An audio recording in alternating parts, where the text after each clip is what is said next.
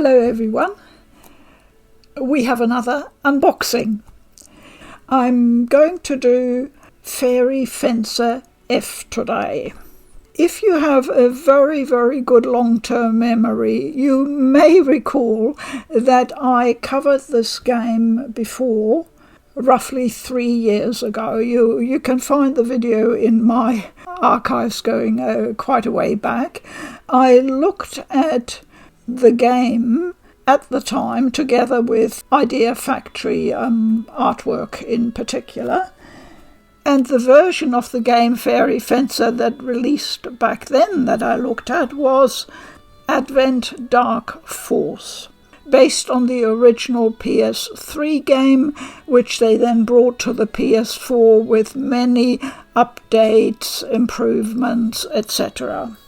So I showed you the art book in this one back in that old video, but historic moment, I forgot something really, really important back then. I completely missed that with this deluxe edition came a beautiful wall scroll, art design by Yoshitaka Amano.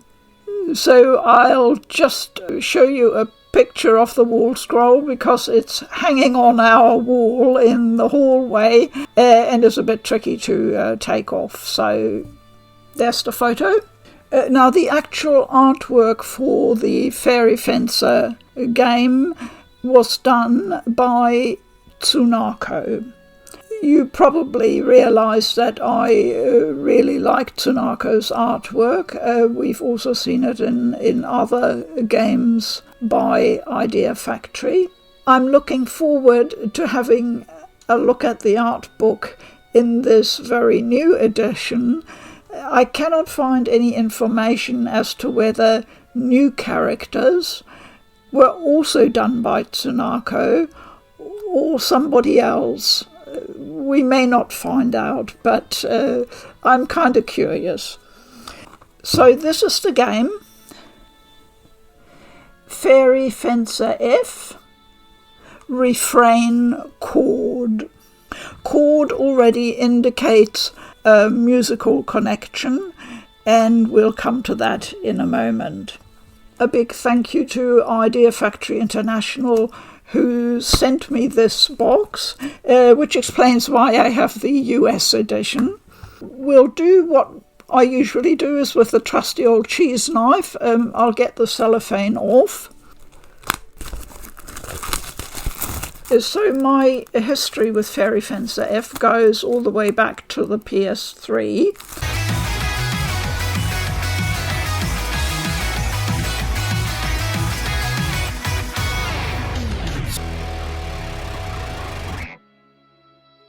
And then when the PS4 edition came out, this one, I really appreciated the many updates and improvements they made and really enjoyed playing it.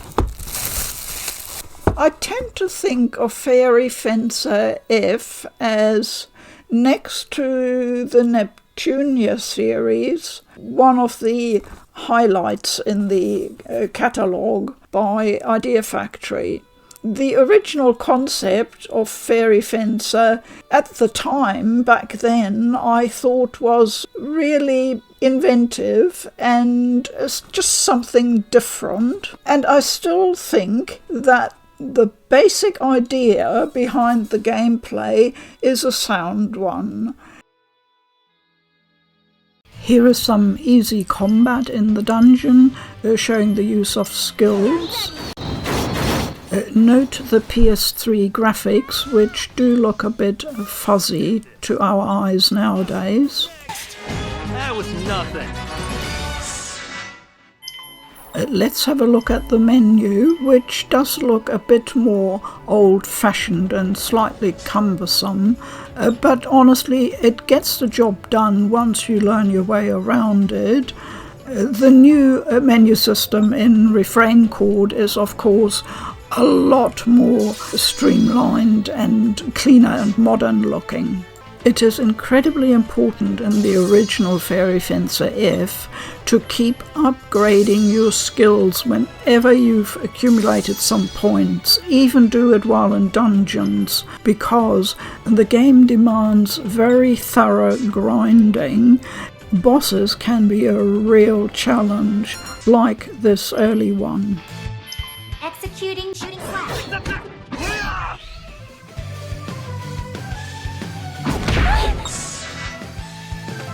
And I do like those little bonus milestones that reward you with small upgrades.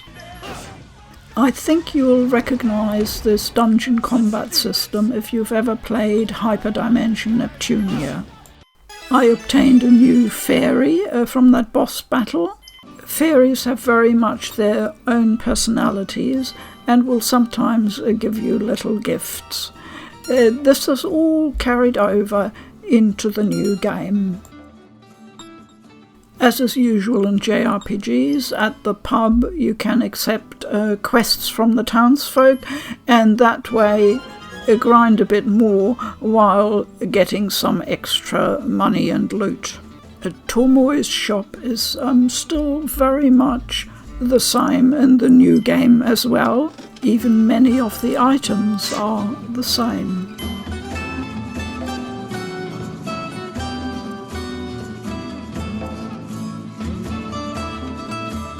Here is the all-important godly revival, where we can pull swords out of either the vile god or the goddess. That also helps determine which route you take in the game and which ending you will get.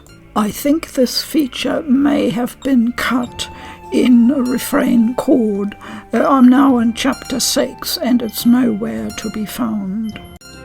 Whether they have been able to build upon that and make a new Fairy Fencer game that realises what I see as the potential of this series, that is the big question for me. So I'm going to cast a quite critical eye over it, both over the box itself, the contents, as well as the game.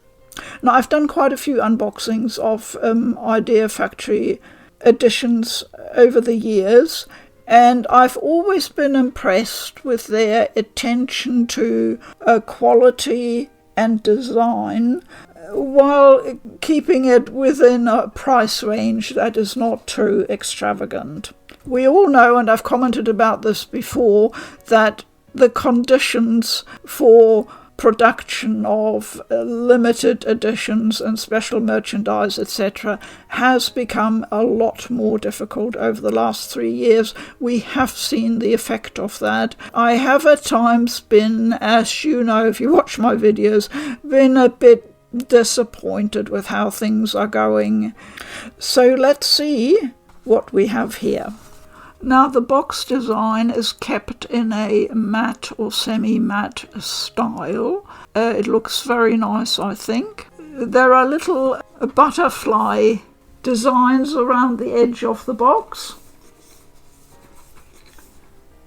So it's not a large box, but there was one more item that was outside the box, and that's a large A4 cardboard envelope. What could be in that, you think? Some kind of art print or something? I think you'll be surprised.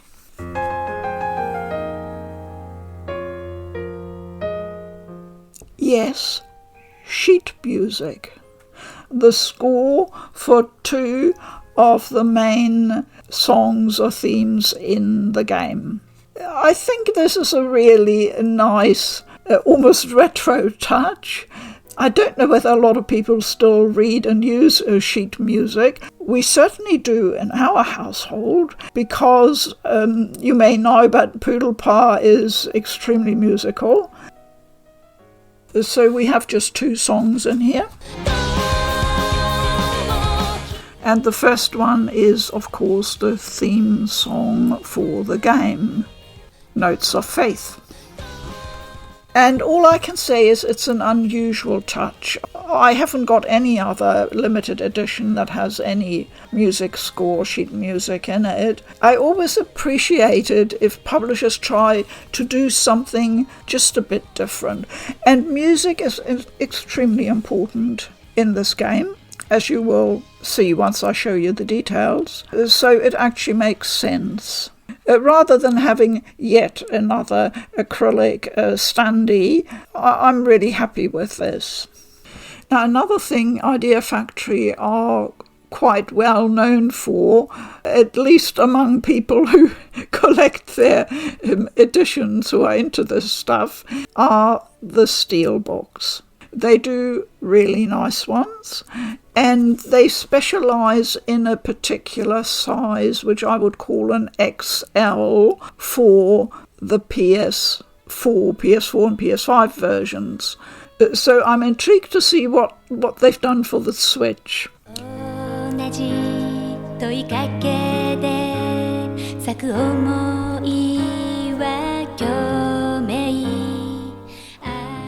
So very glossy, beautiful colours, and the music score in gold really stands out nicely.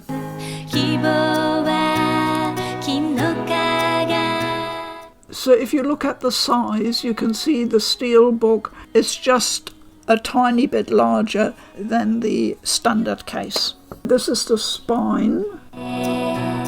You can see it's a reasonably thick Steelbook. The soundtrack. As usual, I'll be taking a couple of tracks off that and use it for the background music. And there's a huge number of tracks on here. So 32 tracks on disc 1 and 23 on disc 2. The whole soundtrack is characterised by rhythm. There is a good strong beat going through most of the tracks, tempered by some beautiful melodies, making the music very catchy, both toe-tapping and earwormy. Now, I promised you the title song, Notes of Faith. Here it is.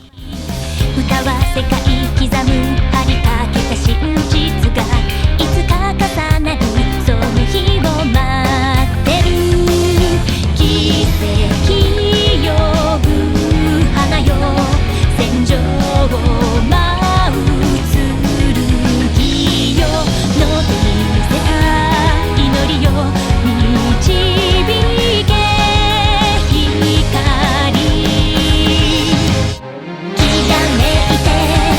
夢見る方がのように希望へと咲き誇れ魂羽ばたいて空ゆく鳥のようにこの力どこまでも届けよ遠き誓いは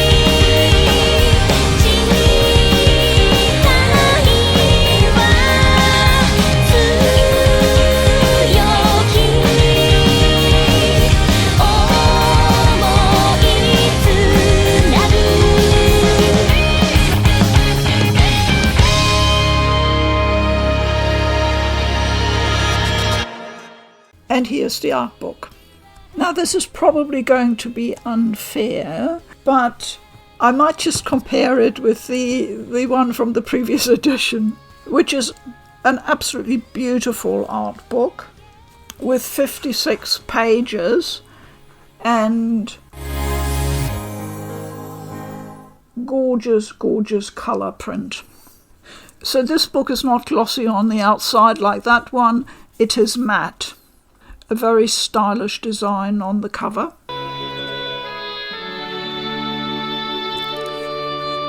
I see from the contents listing that there's a short story included at the end.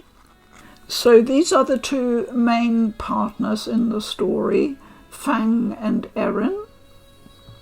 And here you see them in the original art book from the previous edition.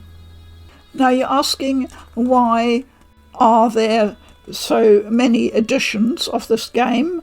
Why do they have the same main characters? Well, the answer is that This version was a remake of the original, more basic PS3 game. And this new game is technically a sequel, but revisits a lot of the same ground. We have a huge cast, many of whom are the same people as in the original game, but we also have some important new characters.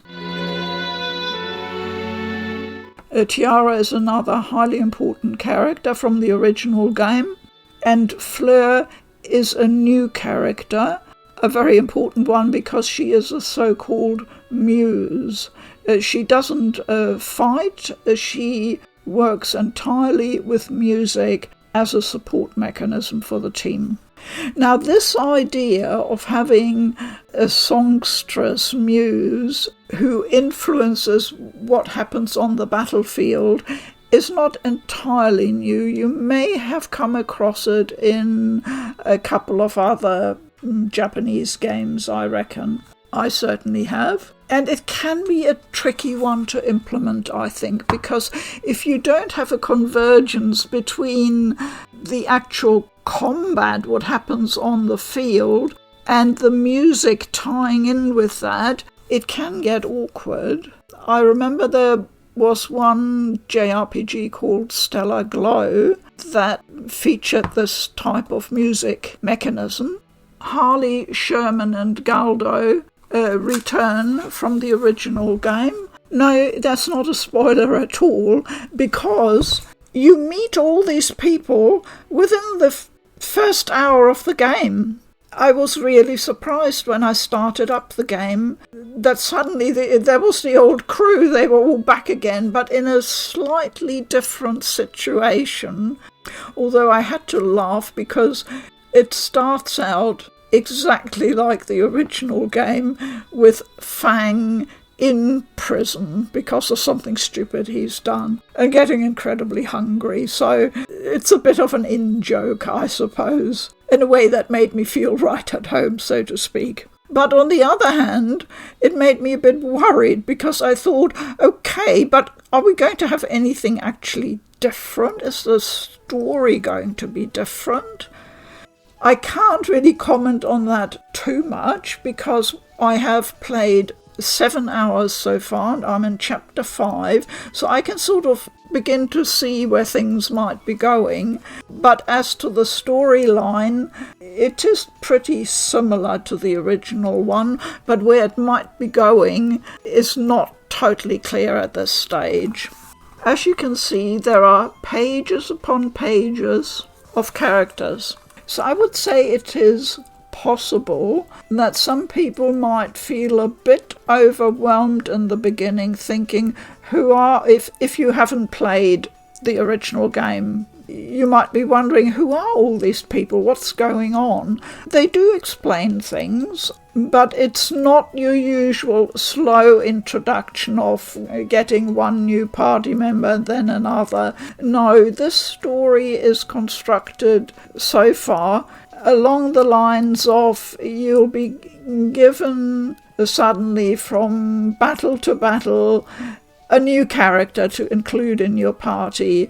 They all come in couples, basically. A fencer and the fairy, they work together, they're partners. You'll be introduced to a variety of people quite quickly, including them in your battle party.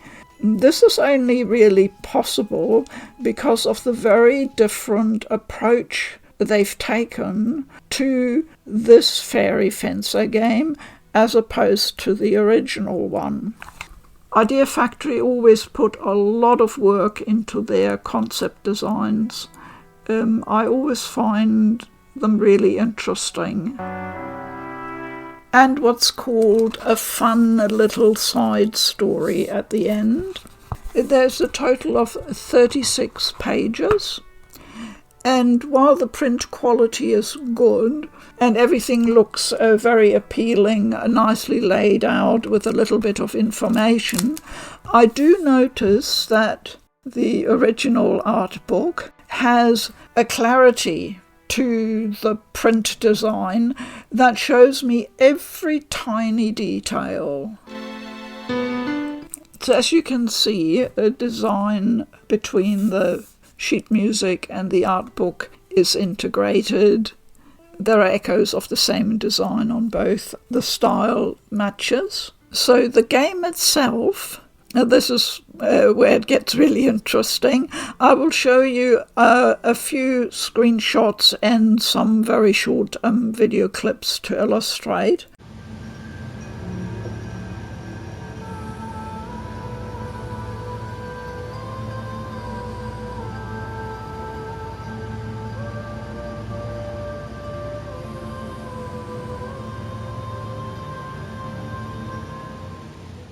Unlike the original Fairy Fencer F, which was what I would call a turn-based action RPG, so there was a combination between free-flowing movement but contained in order to have the turn-based element. And this is something that, to my mind, Idea Factory have always done really well, especially in most of the Neptunia series, certainly the older, the original games. And it's a style I'm really comfortable with, and it's always worked well for me. They decided they wanted to do something different for this new Fairy Fencer game and went with a tactics approach for battle. Now, they are no stranger to this particular subgenre, the tactics RPG. The developer was Sting Entertainment, a well-known company. You may be familiar with their Department Heaven games and others. They cooperated with Compile Heart many years ago, I think 2014, to produce a Vita exclusive game in the Neptunia series called Hyper Devotion Noir. And that is also a turn-based tactics game. And by that I mean it takes place on a grid. Positioning is hugely important. So when I heard that Sting was developing for this game, I thought, well, they're in good hands, that should be a solid combat system, and I was naturally keen to try it out. And yes, it does work just fine. Everything works well, which is no mean feat, because programming for a tactics combat system must be a nightmare, a real headache. The problem with the tactics genre is that it's a very niche one. Not everybody who plays JRPGs would necessarily also play tactics, but in that very small niche there are some so incredibly outstanding games and game series that are always held up as the standard that it's really, really hard to come anywhere near that in terms of quality. And I only have to mention Fire Emblem because that is the prime example of a fantastic tactics JRPG series. You're an illustrious company, and we have in recent times seen quite an influx of developers trying their hand at the tactics system, often with varying and mediocre results, unfortunately. Whether the choice of tactics was the right one to fit with this type of game and story, to be honest, I'm not totally convinced. I mean, I'm not unhappy with the system. I think on balance, if somebody had asked me, I probably would have said I'd prefer it if you stick with the original system.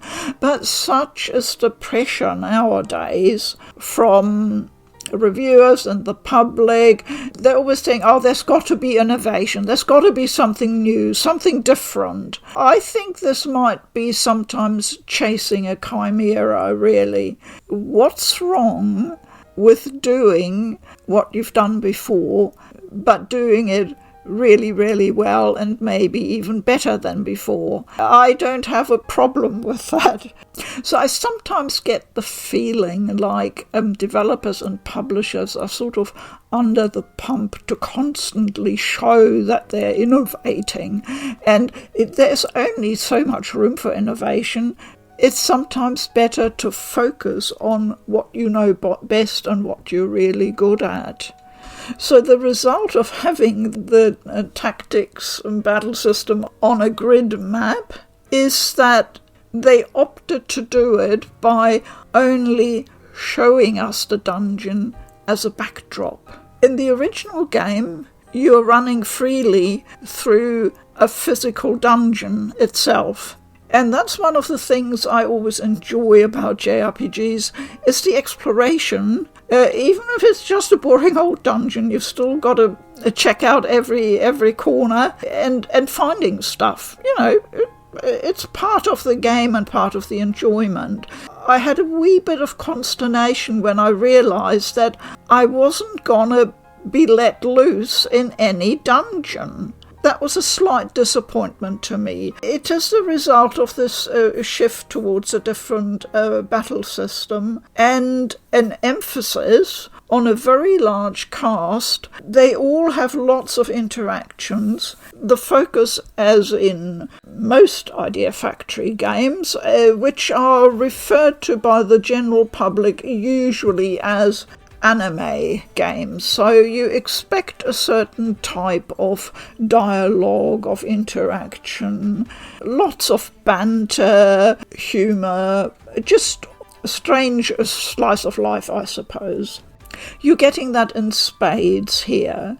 If that's what you like, then this new Fairy Fencer game should actually appeal. It didn't help that I thought the beginning of the game was a bit wobbly in the scripting department.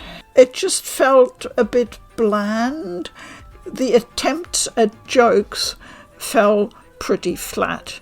They were your standard, trope humour that's been wheeled out by almost every anime-style game since whenever. Don't they realise people are getting tired of this? I mean, how many times does Erin have to lose her panties in the night? Ho, ho, ho. Or similar types of innuendo jokes. While the game is rated T14, so that's 13 years upwards, I'm not convinced that even teenagers these days would find that particularly funny. It just comes across as a bit lame, I have to say. So my heart sank, but I kept going and the writing improved, thankfully. The interactions are getting more interesting. There are often quite sarcastic or funny quips being made. 確かに言われてみればフューリーいやちょっと待ってそれよりそれはすごいけどそんな試しに宿の部屋をねおおそれだやめてください宿の湿気がすごいと床なくすどこがよほらおいなあ旦那アリってすごいと思わへんか同じ穴を掘るもんとして尊敬するでせやお前は分かったもういい一旦アリ別のことまた一気に穴掘りつながりで連想したんや前に雑誌でなんとか埋蔵金とかいうのをああ俺も見たことあるな分からへんからこそお宝見つけて大儲けうまい飯に豪華な生活わかるぜその気持ちいっそのことフューリーなんかより金になるおたおおダウ決まってんだろダウジングっていやよく振り子だとかそれはええアイディアおうやっぱり旦那はおもろいな旦那とおったら退屈する暇なんだちなみにだがお前いってらうんそれだけそれだけ本当に？本当に。ガチで？ガチのマジで。ガチのマジか。みんな、ゴキブリ君たちの。Everything is rolling along a bit better once they had these tropish jokes out of the way. So my wish really for the future would be that developers and publishers like Idea Factory focus more on the actual story. I think we need and want more story or a bit more depth to it. That's just my feeling about this whole issue. I don't need endless banter. I really don't. The dialogue should always be meaningful, whether it's just for humour or for something else. And clearly it's important for the relationships between these characters to develop, because as in the original game, which had 3 endings, I believe there are also multiple endings in the new game. However, the dialogue scenes and skits are kept separate at the inn, and if you don't want to do them, you don't have to. You could just, I suppose, march through the game and just do the battles and any important main quest-related scenes that progress the story. I would expect that way you might get the what they usually call normal ending, and that would be fine. So the new game has quite a few polishings. They've improved a lot across the board, whether it's the appearance of the backdrop graphics or the various menu systems. So the whole interface has been streamlined more in line with modern convenience and expectations. There is one feature that we had in the original game, which I call the Fury stabbing. You had to stab one of the Fury swords into the ground on the world map to unearth a new location. And then you had to fiddle around with pulling it out again and putting it back if you wanted extra side quests to appear or whatever. Here I'm doing some location shaping, or as I call it, terrain stabbing with the Fury sword. I've used the Sylph Fairy, and what do we get? A new dungeon, the Catechus Ice Cave. An early dungeon, but quite a tough one. Hey, what? And I'm hungry. Stop complaining. It wasn't too bad, but it became annoying really fast, I thought, and in the end I didn't really like that feature. Well, I was so pleased when I started the game that I do not have to stab any Fury swords into the ground to get the dungeons to appear. They just appear according to the storyline. Your main quests and your side quests in there are all nicely detailed in the menu. Great, I thought. And then as I went further along, I think in chapter 5, I suddenly met a funny little creature called Pippin. Can you see him? Pippin has a great big sword stuck in his head, and the reason is that he provides a feature where you have to stab a Fury sword into the ground. And I thought, oh no, not again. Oh. But you know what? It's actually a mini game.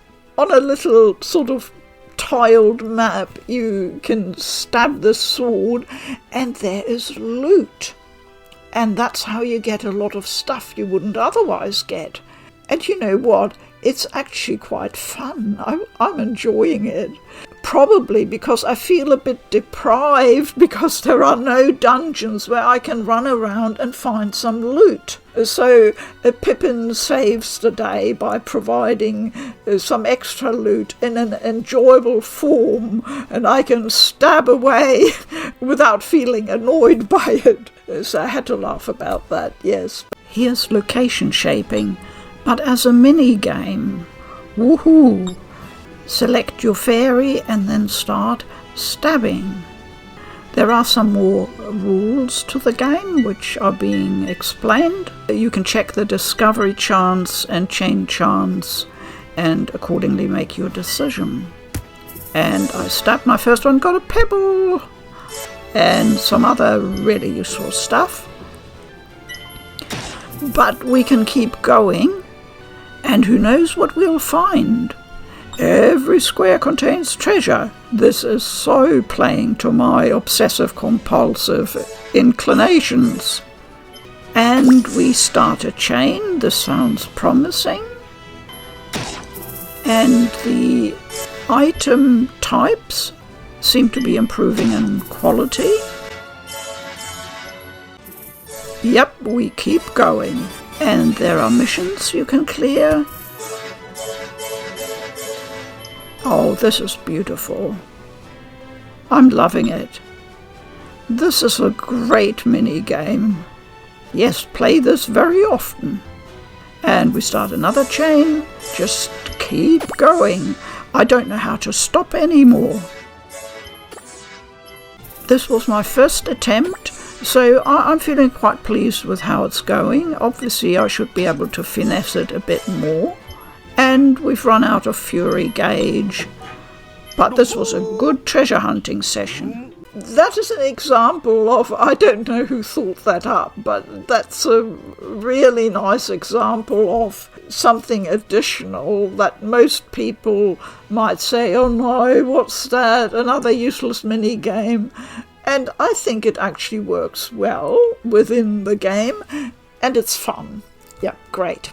Because the battles can get, I wouldn't say exhausting, but like all tactics battles, they are not short. In the beginning it's not too bad, but as you level up and things get more difficult, they can take a bit of time to get through. If you're playing on normal difficulty, it's a reasonable a challenge, and the enemies will have a fair amount of HP you have to whittle down. The battle prep screen is really useful. Here the map shows us the number and location of the red enemy units. Note that there's a large number of them, often with high HP. You can check up on all the units down to the last detail, can be crucial. These reinforcement squares occur just occasionally, and they can be a bit of a headache. A bit like in older tactics games where you needed to occupy a fort. You get them in the free battles where they contribute to grinding. So how's the game running? Just fine.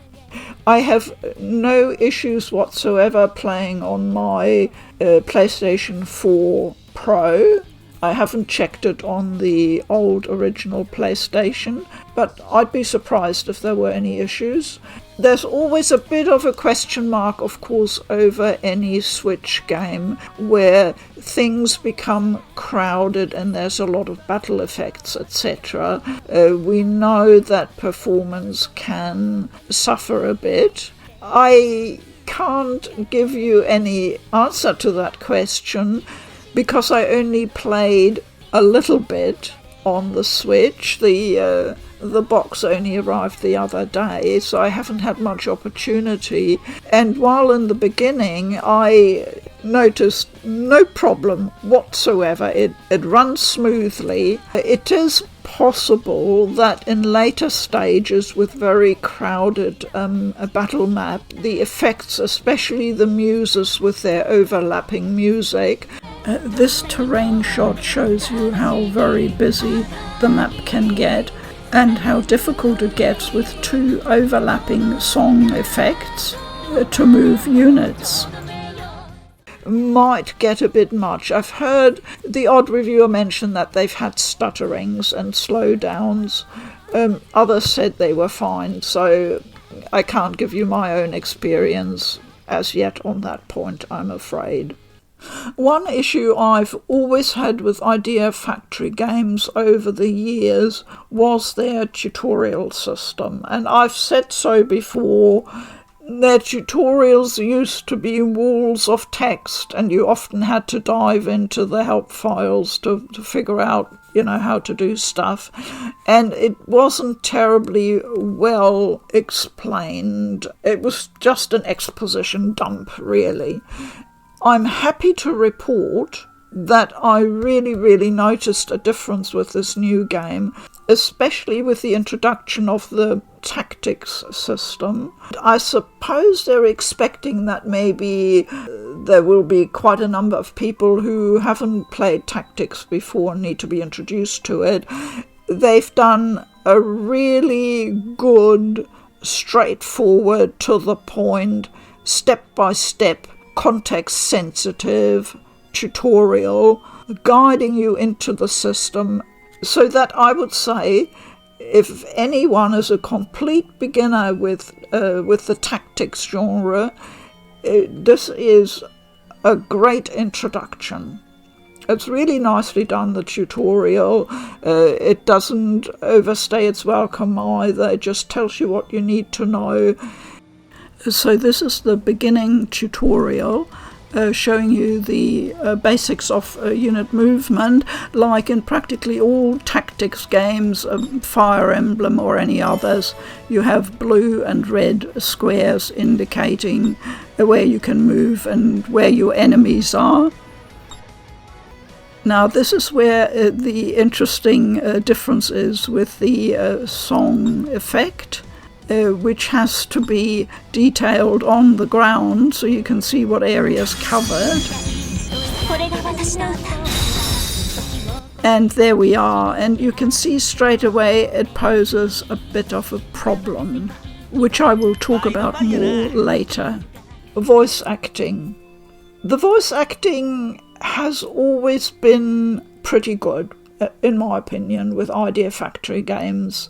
I've always enjoyed them. This is the first game ever they have published that has only Japanese voices, so you rely on the English subtitle text. It's not a big problem for me personally, because I usually prefer having the Japanese voices anyway, but I know there's a fair number of players who do like their English voice acting, so I need to point that out, that is not available. The Japanese voice acting is completely up to standard as usual. In particular, the voice actor who does Fang, I always find really quite endearing. He seems to have really captured the essence of the character. So why are the muses so important? And we see the two of them featured here on the soundtrack cover. The red-haired one is called Glace. It's spelled glace with an E at the end, but in Japanese, as I hear it, the L is pronounced like a soft R, so it's more like grace. I think I've got that about right. And the green-haired lady is called Fleur, French for flower. So Fleur works with our heroes team, Fang and Erin on the others, and Grace works with the antagonists. I won't say anything more, but those two have quite considerable control on the battlefield. Without the support from Fleur's song, you notice straight away that your attacks are pretty feeble. They're just not hitting hard enough. Whereas the influence of Grace's song has the opposite effect and will debuff your performance, but obviously buff her side. And interesting things can happen when the coverage of those two song areas overlaps. In that overlapping area, odd things can happen. Now this adds an interesting layer of strategy to the whole battle, of course, because the songstresses can only maintain their music for so many turns, and then they have a cooldown period, and of course it always happens when you just don't want that to happen. So you've got to plan ahead, strategize when to use the song, when it's safe not to have it. It can be a bit tricky. I'm still working on that. The one problem with the muses' coverage of their effect is how it is visually represented. Now this is of course tricky, because in a tactics game you need all your squares to show up at different stages, like blue for how far you can move, red for enemy territory or who you can attack, so different colour coding is already important. So how do you put a layer on top of that to indicate the muses' reach of their song? And they've opted, unfortunately, for what I can only describe as an eyeball-frying bright layer on top. I can't describe it. I'll show you right now in a clip, and you'll see what I mean. This is an early map, which means you don't yet have the effect of cumulative extension of range and intensity that the muses can provide, which then make the neon colours ever brighter and stronger. So on this map you can still see pretty clearly, the squares where you can move to, where the enemies move to. It's not too difficult, although you do have to concentrate, but it becomes increasingly harder on the eyes as you progress. I'm now about 20 hours into the game, in chapter 7 I think, and I'm finding it manageable, but I can't play battle maps for too long. Another issue that can lead to eye fatigue is the fact that the characters bop around to the music, and the faster the music gets from the muses, the faster they sway and bop. Additionally, when they move, you see both the original character and his or her duplicate moving to a new spot. So overall, there's probably an excess of motion happening on the battle map.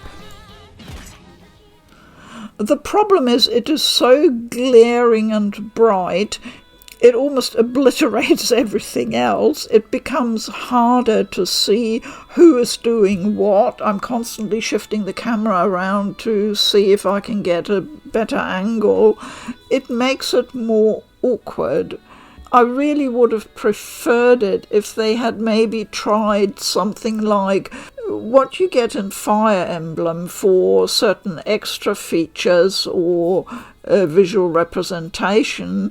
You get an outline of the area marked in something like purple, so you can see the extent of, let's say, some magical interference or whatever, and you can switch that on and off. I think that would have been a lot better. Because the area coverage is reasonably static, usually for at least a couple of turns, so I don't need to have this glaring stuff all the time just to know it's there. I know it's there. I'm of course especially sensitive with my eyes to very, very bright, overly bright visuals, but I know I'm not the only one who finds this too bright and counterproductive for what you're trying to do on the battlefield. I'm surprised that wasn't picked up in testing. Unless you let me know, if you look at it and say, no, that's perfectly fine, I can work with that, no problem, then maybe I'm just being oversensitive. It's hard for me to judge, but it was a bit of a shock. This is an Avalanche team attack. Lots of fun and quite effective.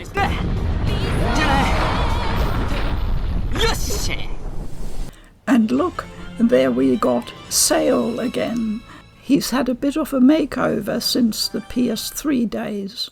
So as you can see, I have some mixed feelings about the game so far. I'm hoping that the story and the characters will carry me along. I feel very attached to the Fairy Fencer F concept of having swords that are called Furies, which are imbued with fairies who have special abilities. This is the menu for the fairies, skills, abilities and specials. You can see there are just as many entries here as in the old PS3 game, but the menu has been cleaned up and looks a lot more streamlined. It really helps with progression if you regularly use up your fairy points FP for improving and upgrading your skills.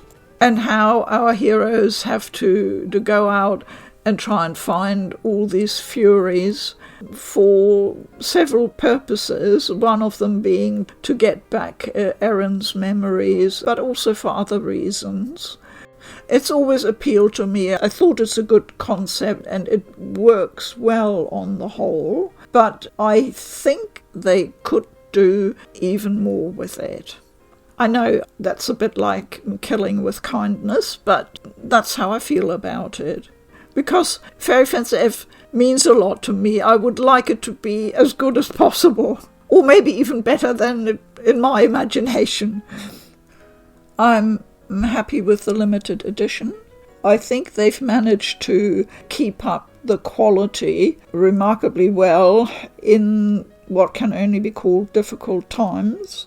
I always say the basics of a limited edition for me are the art book and the soundtrack, and there should be at least one substantial extra, plus maybe another small extra, and that's exactly what we got here with a fabulous steelbook and a somewhat unusual item, a booklet of sheet music for the game. I'll put the links to my older videos on Fairy Fencer F in the video description below. And that was Fairy Fencer F, Refrain, Chord. Thank you very much for joining me. As always, please keep well. I'm Food for Dogs. Bye-bye.